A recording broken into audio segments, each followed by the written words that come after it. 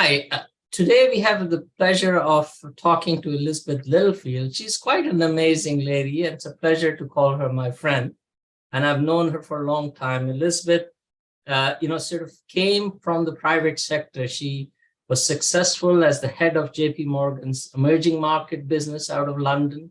And then she came from there at a very critical time in the development industry and led the central focus of development of microfinance at a World Bank group called the CGAP. And from there, Elizabeth then went on to head up one of the largest development banks, which was the DFC, the US Development Bank. She's quite active in terms of right now, she's leading the world's largest blue carbon project, which is focusing on West Africa, and is chairman of the M-KOPA, one of the largest off-grid solar company and a pioneering company at that.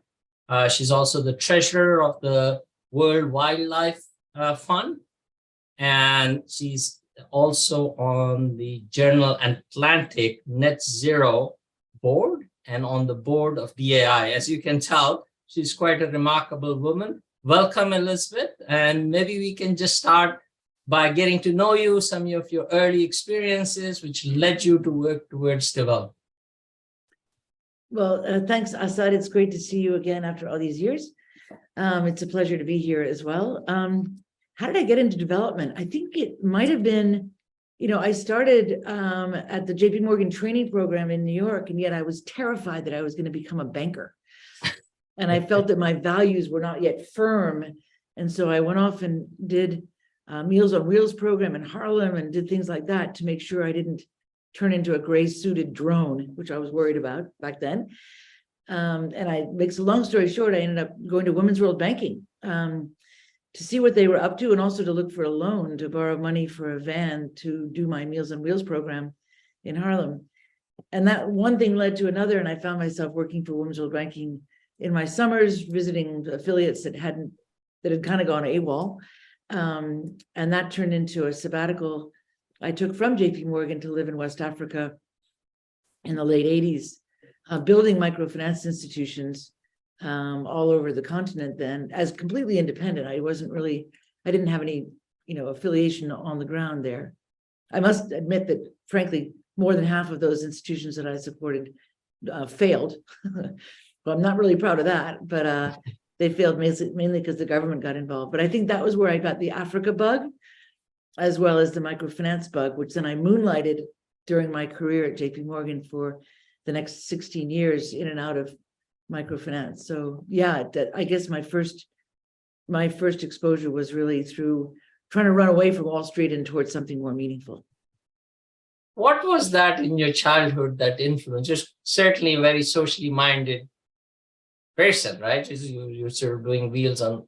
What were the early influences that led you to sort of be what you are in terms of, or is just ingrained in you? I think I was always interested in what was around the corner and what were the sort of the perimeters of my world. I was interested in nature. I was interested in poverty and poor people and how they lived. And my parents were quite oriented that way.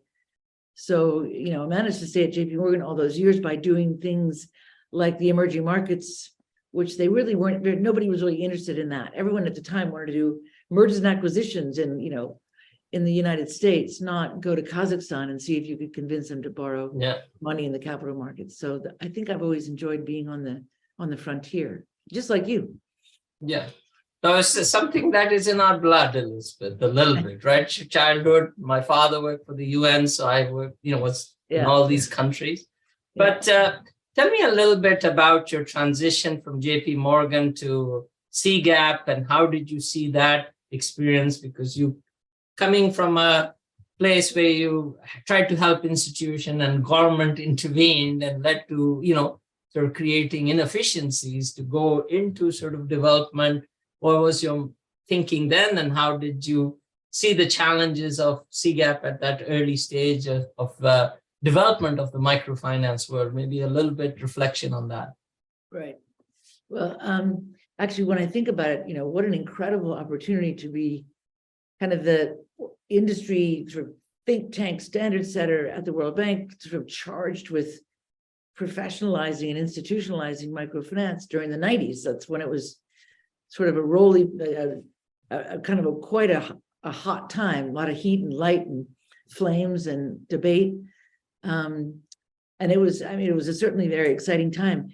But frankly, I got to tell you, going from Wall Street, where I had worked on a trading floor of 700 people, which was a very kind of type A environment, to the World Bank, it was an incredible culture shock, because everything was much more academic and more ponderous. I remember sort of saying to somebody, like, why do people send representatives to meetings if they can't go themselves? I don't get that. And also, have I really arrived at an institution where time does not equal money? Like, there was sort of a lack of urgency there that I was struck by.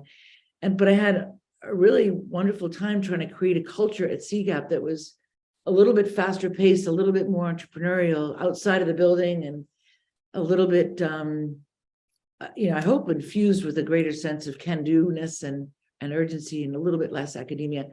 Although it was pretty damn intimidating, because I was, most of the team had fancy degrees and PhDs, and, I didn't even have a business school degree. So I quickly sort of told people I was the least educated director of the World Bank in the history of that institution, which I wasn't really proud of, but I guess I turned it into an asset in a way. Right. So I do recall, Elizabeth, that you had those scooters, remember, in the CGAP offices. So that was kind of the Silicon Valley culture, Totally. Out of California.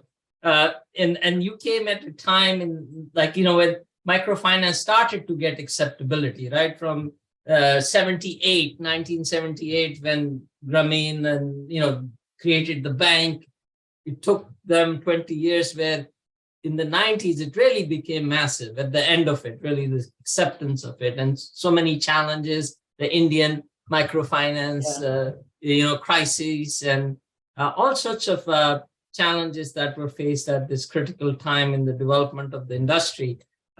Maybe you can tell us a little bit of the key challenges you faced when you came to CGAP, and how you sort of were able to, bring your private sector and sort of mentality and your can-do attitude to change.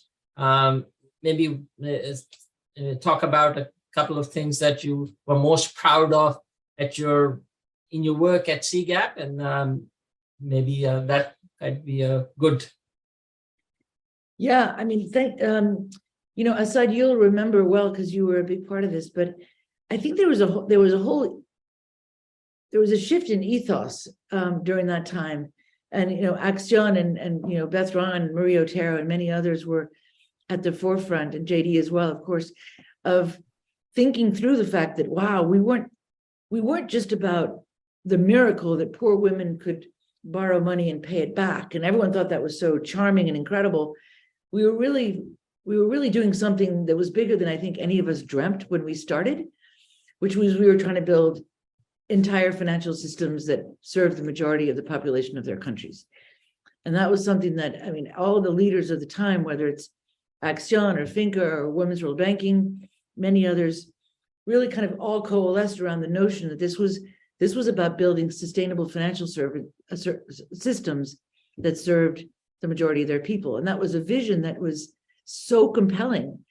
When you go to a minister of finance and you talk about little microfinance schemes over here versus talking about building a financial system that served his country, it was a very different conversation that one was able to have with them. And during that shift, of course, there was a lot of debate about it, as you well know. There were two camps, and the camps fought. And if you're trying to build a financial institution that's sustainable and commercial, it means you don't care about the poor. And others are saying, well, if you really care about the poor, you'll build something that will last, and it will outlast the donor money. And that was how the debate kind of went. But for me, the shift was typified and the language was really emblematic of what was going on below the surface. And that was, we shifted from language around beneficiaries to clients, and credit schemes to building institutions, and the word from credit as a human right to financial services as commercially viable. So that was sort of the shift in mentality that was going on at the time. And man, it was an exciting time to be around.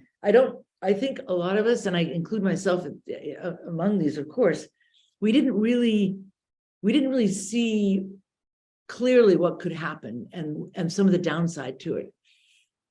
And you mentioned, India and the whole Andhra Pradesh situation. I feel like we kind of didn't anticipate that one situation of over indebtedness, or two or three or however many there were in that era, could actually call into question the whole enterprise that we'd all been building for almost 2 decades at the time. And we all argued, no, you can't throw the baby out with the bathwater. And now that there's a huge industry out here, just one thing that goes wrong shouldn't call into question the whole enterprise. But I think we probably could have done more to avert the doubt that was sown by the excesses of a few. Right.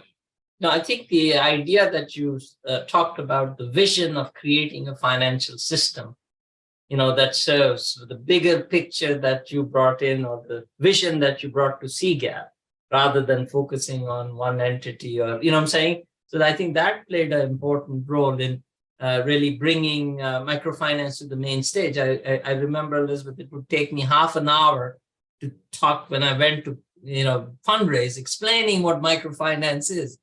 We don't have to do that anymore, right? I mean, that we have impact investing it's incredible as to at least the lip service around impact investing is tremendous. In terms of the importance of CGAP, the mix that was part of the initiative, that was there. How do you feel that relevance of what I call the mothership of impact investing is microfinance? Now you have all this energy and everything, but what insights or what things that you think could be learned by the next generation of people listening to your, to your interview? What is your sort of essence of what you learned through that process, and what can they build on as to what you didn't get to do, but you had the vision of?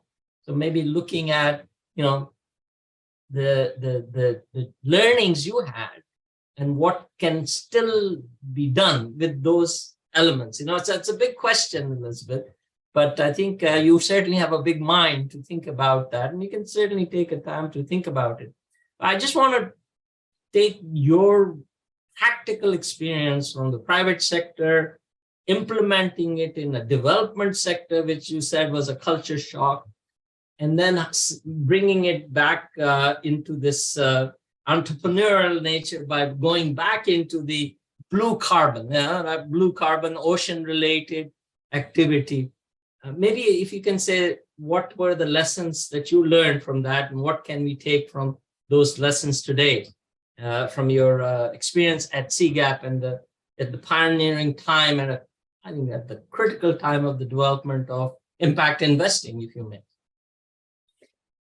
Well, that's a lot of questions in one, but I guess I'll take away maybe just one thought, and that is, I think that we learned in the microfinance era, and I think we've been learning also in the impact investing era, is maybe 3 things. One is you have to look at the horizon and think really, really big, but not without looking at your back and at all the things that could go wrong, and preparing for those things.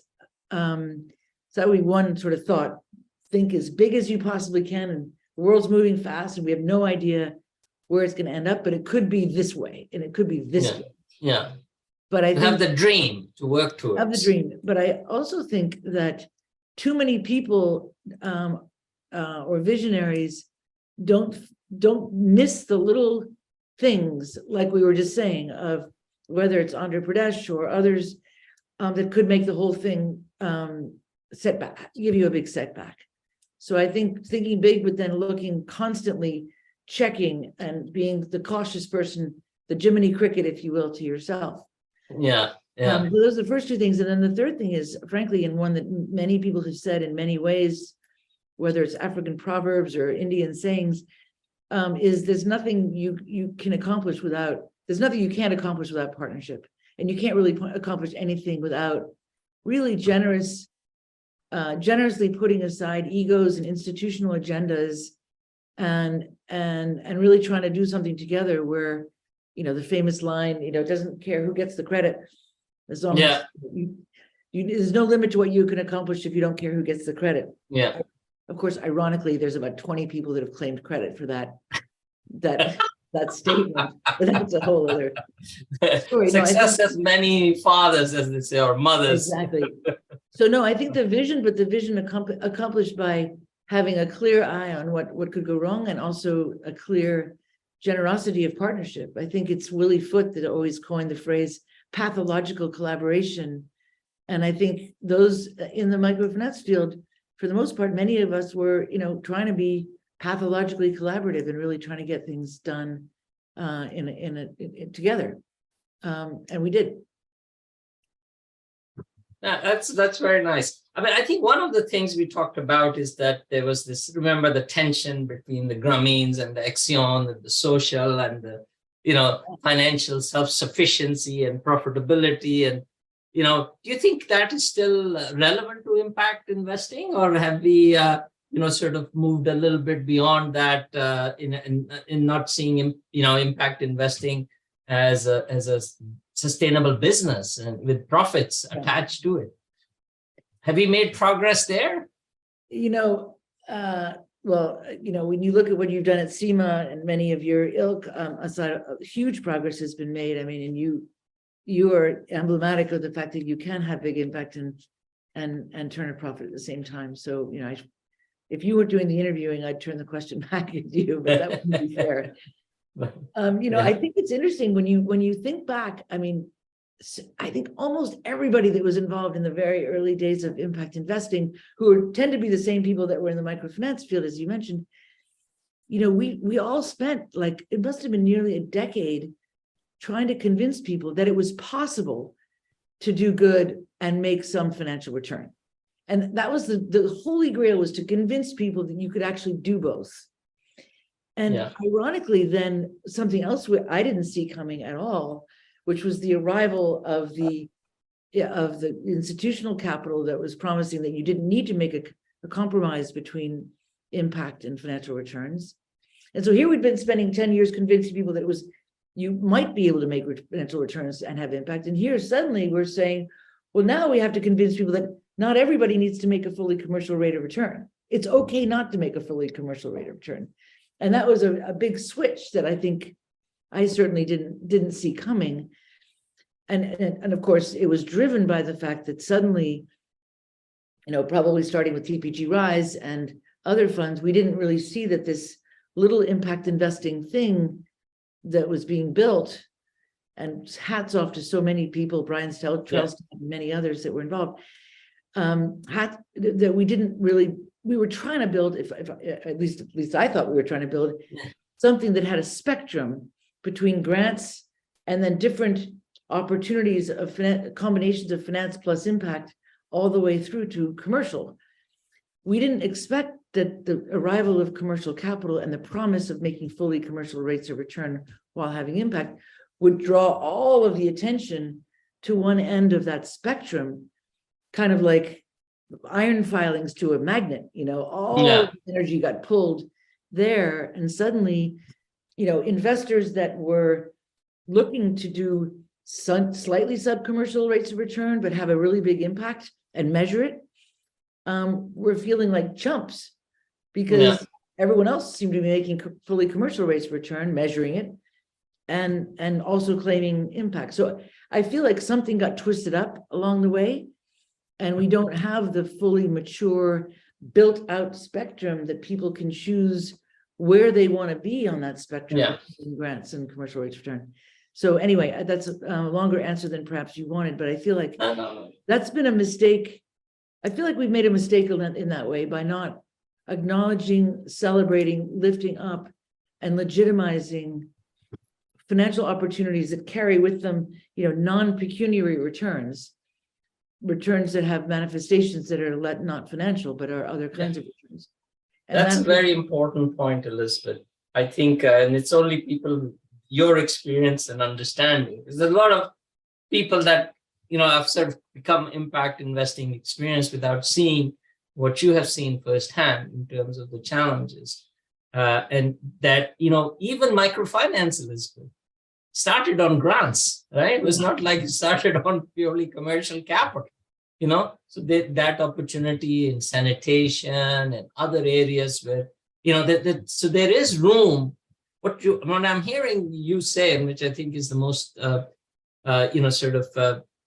important point, is that's not all about just the money aspects. There are areas where they can't be done commercially, and we have to think about still funding those areas that are important and over time can come through, right? I mean, that I think is what I'm hearing you say. I think, and that's, people should hear this, because like you said, like the metal files to the magnet, that, we are not talking about the other more difficult areas and the challenges to circumvent. That being said, Elizabeth, I mean, I think, do you feel like now, you had Tariq Fancy of BlackRock, showcasing what they had done, and then the lady at Deutsche Bank that was a whistleblower, it sort of really brought to light. There's a lot of greenwashing and talk about impact investing without really, sort of rebranding it or resegmenting it. And I see a lot of that. Still a lot of everybody wants to be an impact investor, but they don't want to invest in Africa. So, it's like, I'm seeing that from larger companies. How do you deal with that challenge? When will we sort of, cross that hurdle to convince the large companies to be serious about this, industry? And I think that for me as a fund manager, it's really a painful process. Do you have any views on that? Do you have any vision or dream, as you say, to engage these the Amundis and Store Brand and others that can see the value? It doesn't have to be a long, major chunk of their portfolio, Elizabeth. How do you dream about that? It's ironic. I feel like a sort of a fool for admitting this, but I think it was in 2006, my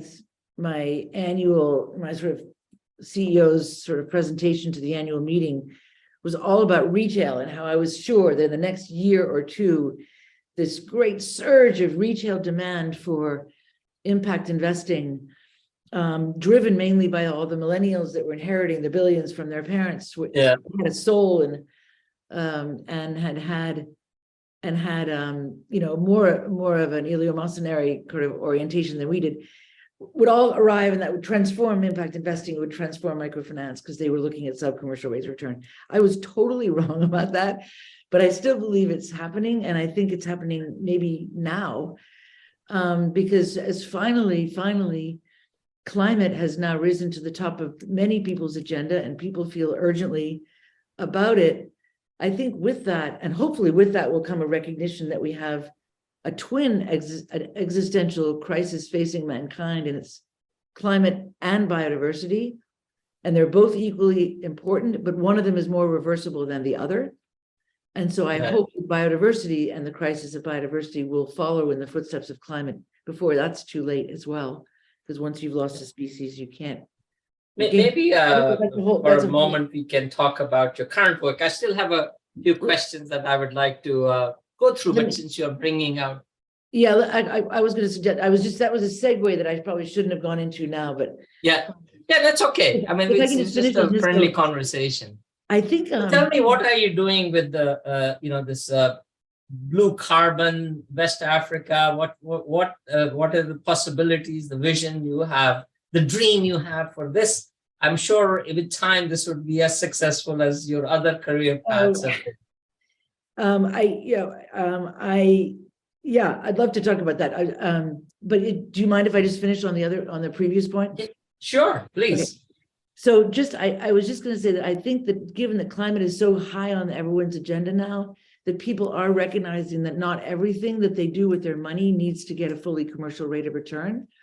And so I feel like that's kind of softened the edges of the distinction between grants and investments. And hopefully that long sought after appetite of investments that are making an outsized difference, but not necessarily making an outsized return in the short run, is now finally going to emerge. And that will be an incredibly important thing to driving some of the most important things we need to do on the planet Earth. And lastly on that, and frankly, for me, it all revolves around short-term versus long-term thinking and incentives. And as long as people are looking for short-term high returns, volatile or whatever, we're never going to get there. Whereas I think when people start recognizing that as long as you can think over the long term, and again, our whole system, whether it's politicians' life cycles or CFO or CEO life cycles, are all very short-term oriented. But those that can afford to be long-term in their thinking are the most valuable participants in the financial contribution to development and to climate that there are. So that's a wonderful thought, really. I mean, I think that really the longer term view, and I would take you back to a comment that you made about the dream of retail investors and coming in. Now, I would say that your dream is there. If you look at what is happening in the crowdfunding space, especially in Europe, it's I wouldn't say it's completely there, but in Europe, people like Lend a Hand, Kuhn and others who are really have done a great job is coming up. And if I can tell you that in the US, we've just created something called So Good, SOW, to sow the seed, and Yes, So Good exactly. investment. And that is a retail, platform. It's the Kiva equivalent, but it gives you a financial return. The first fund we are doing has a 7% return, and you can put $500 into it. So we are, getting the regulatory approvals to move forward with that. It's a challenging thing, but I think slowly and steadily that path will come over, maybe another decade or so. But we are heading in that direction, Elizabeth, with the longer term thinking of my contribution to this change, right? There's a lot of people switching to solar, not because it's saving, but it is because of their desire to do good. In the US, I'm talking about. Yeah. No, I'm completely hoping that that's going to take hold and grow. But you were asking about the carbon markets, and that's a whole other complicated story that we could delve into. And of course, I think as we all know right now, we have a climate crisis, we have a biodiversity crisis. One of the most important things we can be doing, of course, is to keep standing forests standing, to keep the carbon sequestration that they've accomplished, intact over time. Yes. So one of the things that I'm working on, and Africa, of course, has some of the greatest sequestration of carbon that there is. Interestingly, mangroves, which are all on the coasts in Asia and Africa and even Florida, sequester, more carbon, 2 to 10 times more carbon, many would say, than a terrestrial rainforest. They sequester it in their roots, which means when you cut that down, all that gets released into the atmosphere. So the project that I'm working on, called West Africa Blue, you can Google it on westafricablue.org, seeks and now is currently working on protecting and reforesting as well very, very large areas of mangrove forests along the coast of West Africa. And one of the reasons that I'm so excited about it is not only its potential to sequester enormous amounts of carbon and prevent its release into the atmosphere were they to be cut down, but also, frankly, the communities along these coasts are some of the poorest and most remote communities in the world, with very poor nutrition, serious malnutrition, low levels of literacy, almost no government services, and protecting these forests and in a project activities that will generate income through the sale of sustainable high integrity carbon credits is frankly the only way those communities will ever see any income from anybody anywhere. And so you have this amazing opportunity to protect forests, sequester carbon, provide income to communities and make investments in those communities. and to protect the biodiversity that lives in that area. It's about 10 IUCN Red List species live there. It's a habitat for everything from crocodiles to manatees. So you have something that, usually you think of pitting planet against people. Well, this is something that frankly is the only way people will benefit, is the only way you can protect those forests, only way you can protect that biodiversity and its species, and the only way you're going to create carbon sinks in this area. So that's one of the reasons I'm so excited about it, and really focusing on building kind of a living lab where we're the first ones doing this in West Africa, and hopefully building all the pieces that it takes to get one of these projects off the ground, and then sharing it in an open source way that others can then use and take up and adopt and amend. So that's our aim right now. But anyway, that's wasn't the topic of your No, but I think this is really interesting in the sense of the future, right? And you talked about carbon credits, you have the gold standard, but still a lot of bureaucracy, still a lot of, challenges of getting to that carbon credit. And, those markets are still volatile, right? I mean, you know this better than I do. How do you see that, Elizabeth? And what are you, what's your dream about that? I like the word of dream because I think that's really the future. Well, I think right now it's a very young market, being developed. It's highly complicated. The science is uncertain. The remote sensing and satellite imagery is imperfect. The methodologies to verify these carbon credits are in flux. I'm sure there have been, abuses of the system. And there's a huge amount of supply and demand, and the intermediation capability is not yet robust enough to intermediate between that supply and demand effectively. So I would say it kind of reminds me of the very earliest days of microfinance. Yes. Everything to be built. But we have a sense of urgency now, because not only does our planet rely on figuring out how we're going to protect these standing forests, how we're going to prevent the release of carbon dioxide into them, but how are we going to protect the species that live in these places, as well as ensure that the communities are benefiting from their protection.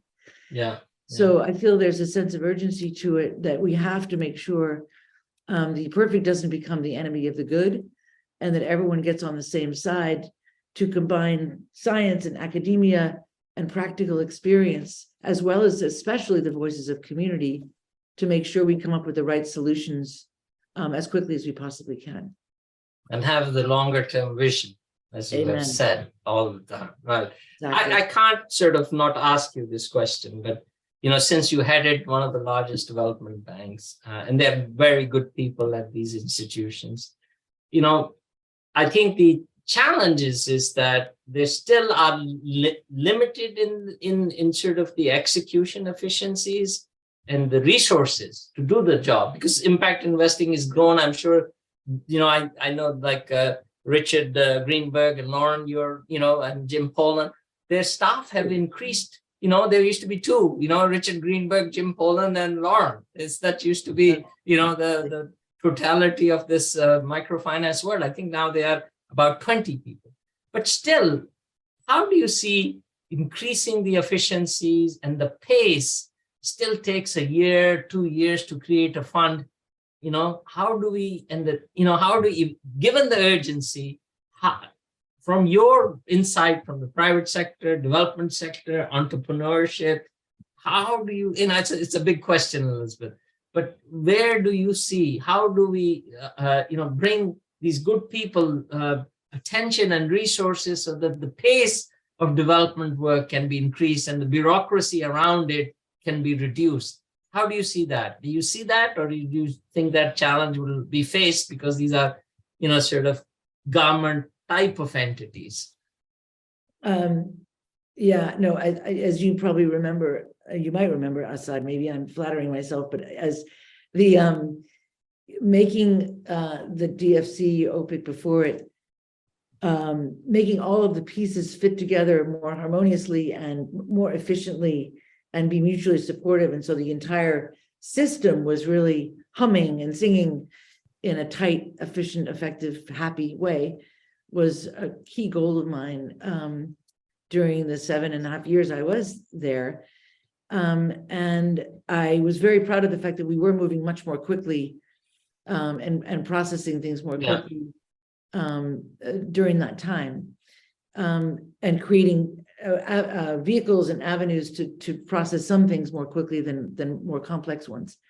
Obviously, when it involves in engineering work and environmental assessments, that's always going to be challenging as it relies on external parties.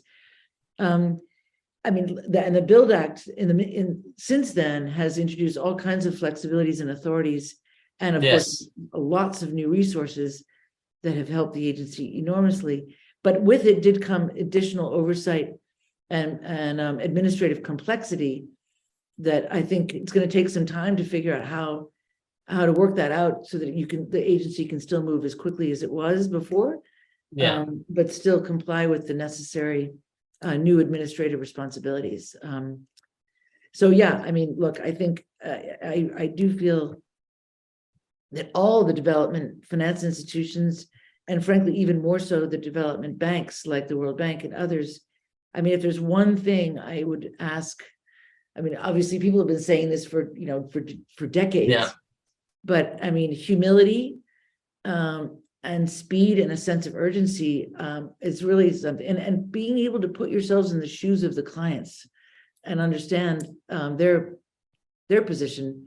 I feel like a lot of the organizations, the public sector organizations, are very internally motivated and driven, and don't often easily put themselves in the shoes of external parties. And that's something, I guess, humility, speed, a sense of urgency, and the ability to have some understanding of the perspective of clients, I think would make the whole system move with much more alacrity and efficiency and speed. Yeah, and the legal processes, they are so complicated. I've never seen a fund fail because of legal risk issues.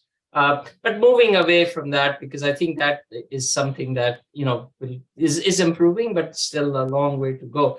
It was very interesting news yesterday. I saw that CFAM, the Swiss Development Agency, has given its responsibility now to responsibility the fund manager. So that fund of the Swiss government, which is, I think, already in the private sector. Do you think that is a way to engage the private sector to manage some of the development allocation of resources to fund manager, or is that create some political challenges to do so? As a way to create greater resources and flexibility along those lines, or is that? I mean, I don't know enough about it to have an informed opinion. But I guess I do believe that a lot more reform from within should be able to happen without having to recruit a private sector organization, because there's something quite powerful and unique about representing a national government that not only gives you seniority in repayments, but certain benefits that I think we should not have to forego because the organization is not willing or able to pull up its socks and get more effective. But I don't know anything about the Swiss I appreciate that. Or the rationale. There are two more questions I want to ask you. One is, you talked about the things that can't be done, fully commercially. So then the role of the foundations, and their importance, and the challenges, there's the off-grid solar sector, which you're familiar with, there's a lot of challenges, and learning from what we had done at Pucantico. Remember, Elizabeth, when we had that meeting? I'm doing a kitchen table meeting in the off-grid solar industry. And I'm seeing increasingly the foundations are moving away. Shell just decided they don't want to do solar home system. Rockefeller had some views about it as well. How do you see the role of foundations and smaller foundations, not just the larger foundation, but more people who have made their money through entrepreneurship and business? Do you see a role for those foundations to come forth, or what is your view about the role foundations can play in some of the efforts you are engaged in? On the blue carbon side of things, which is a, sort of a newer area of development. What would you say around that? Asad, you'll remember the many years when foundations, when you suggested to them that they put a little bit of money in to a project in order to leverage a lot more money of somebody else's money, which has now become known as blended finance, that they universally would say, forget it, I'm not going to put my grant money into something that somebody else is going to make them make money, Exactly. So, forget it. I want to keep my project, and let those guys do that. Right. And I think it's been really powerful, and many people made this happen. It's been very powerful to see foundations now recognizing how much more power they have when they leverage other capital. So I would be very sad to see them pulling out of that role and playing an incredibly catalytic role at the bottom of the capital stack. Yeah. And being the pioneers, the venture capitalists, the early stage angel investors. I feel like somehow foundations got the notion that when you put grant money in and somebody comes in after you, you're sort of the fool there with just free money, rather than thinking of themselves as being that you are the creator. You're the creator, you're the angel, you're the thing that makes it all come together. So I feel like we need it. If that enthusiasm on the part of foundations, which is new, is already waning, I think we have a lot of work to do to make sure it doesn't. I see an article, Elizabeth, in the Council of Foundations about that. Oh, really? Really relevant. Well, maybe we can talk about that. It's I just want to be respectful of your time and of my listeners. So my last question I ask everybody is, what advice would you give to young people? There's a lot of new fund managers and people who want to do this, and there are limitations on how they can get. What's your advice to younger generations as to how to go about their dreams? What not to give up and not to continue? I think I'd love to hear that from you, Elizabeth. I guess you think we've all been asked this question so many times. You think I'd have a pat answer, but I don't. I guess I would say follow your passion. And whatever you do the very best you can. Poor people deserve just as much serious attention and quality than the boardroom does.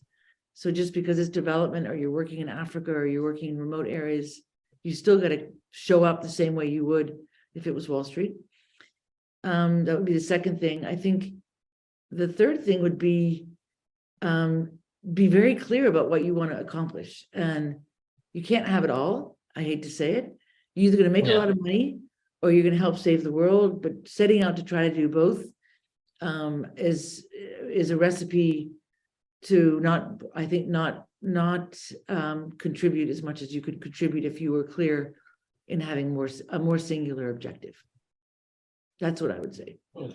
Yeah. And if you ask me again tomorrow, I may say something pretty different, except for the part about following your dream and doing your best. Yeah, and I think that's what I would sort of say is don't give up, right? Because it is a frustrating area. But it takes time. I think there's a lot of room for improvement, Elizabeth, but it's a wonderful talking to a lady who's so thoughtful and has a tremendous amount of experience at the senior most levels in development from multiple perspectives. So thank you very much. It is a pleasure. And we'll talk again. Thank you, Elizabeth. I'm going to stop the recording now.